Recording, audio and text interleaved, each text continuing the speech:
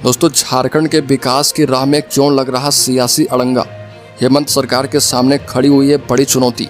प्राकृतिक संसाधनों और विकास की संभावनाओं से भरपूर झारखंड अपनी प्रगति की राह में बार बार राजनीतिक अड़ंगों का शिकार हो रहा। अस्पतालों, फ्लाईओवर और सरकारी नियुक्तियों जैसे महत्वपूर्ण विकास कार्य में देरी और रुकावटें अब आम बात हो गई है। राजनीतिक दलों के बीच टकराव, आरोप प्रत्यारोप और संकीर्ण सियासत ने न केवल परियोजनाओं को लटकाया है बल्कि जनता का सरकारों पर विश्वास भी कमजोर किया है। ऐसे महत्वपूर्ण योजनाएं अधर में लटक जाती है। इस प्रवृत्ति का सर्वाधिक नुकसान आम लोगों को उठाना पड़ता है, जो बेहतर जीवन स्तर के मानकों पर लगातार पिछड़ रहे। झारखंड में स्वास्थ्य सेवाएं पहले से ही चुनौतियों का सामना कर रही है और 2023 के स्वास्थ्य मंत्रालय के आंकड़े के मुताबिक राज्य में प्रति 10,000 लोगों पर केवल 4.5 अस्पताल बेड उपलब्ध हैं, जो राष्ट्रीय औसत 5.5 से काफ़ी कम है।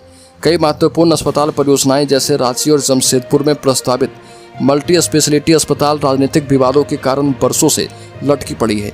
रांची में रिम्स पर काफ़ी ज़्यादा भार है और इसके समानांतर रिम्स 2 की प्रक्रिया आरंभिक चरण में है, लेकिन यह भी सियासी विवादों में घिर सकती है। जमीन को लेकर आरोप प्रत्यारोप का दौर भी आरंभ हो चुका है।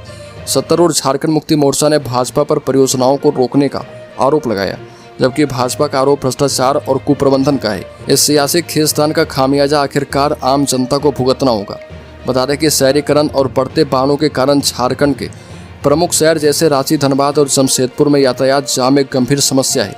2024 के एक सर्वेक्षण के मुताबिक रांची में औसतन एक व्यक्ति ट्रैफिक जाम में प्रतिदिन 45 मिनट बर्बाद करता है। फ्लाईओवर निर्माण इस समस्या का समाधान हो सकता है।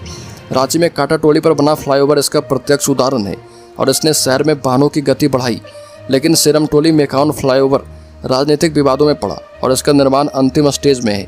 व्यस्त सड़कों पर गाड़ियां रेंग रही है, लेकिन फ्लाईओवर को लेकर राजनीति की रफ्तार दिनों दिन बढ़ती जा रही है। बता दें कि झारखंड में बेरोजगारी दर 2023 में 7.5% थी, जो राष्ट्रीय औसत से 7.2% अधिक है। सरकारी नौकरियों में नियुक्तियों की प्रक्रिया में देरी ने युवाओं में निराशा को बढ़ाया है और झारखंड कर्मचारी चयन आयोग की ओर से 2022 में घोषित 10,000 से अधिक पदों पर भर्ती अभी तक पूरी नहीं की गई। राजनीतिक दलों के बीच आपसी टकराव जैसे नियुक्ति नियमों पर असहमति और आरक्षण नीतियों को लेकर विवाद इस देरी का प्रमुख कारण बन रहा और इससे हेमंत सोरेन सरकार के सामने एक बड़ी चुनौती सामने आ रही है। तो दोस्तों, इस खबर में इतना ही। झारखंड से संबंधित हर एक न्यूज़ को पाते रहने के लिए सब्सक्राइब करें और बेल आइकॉन जरूर दबा लें।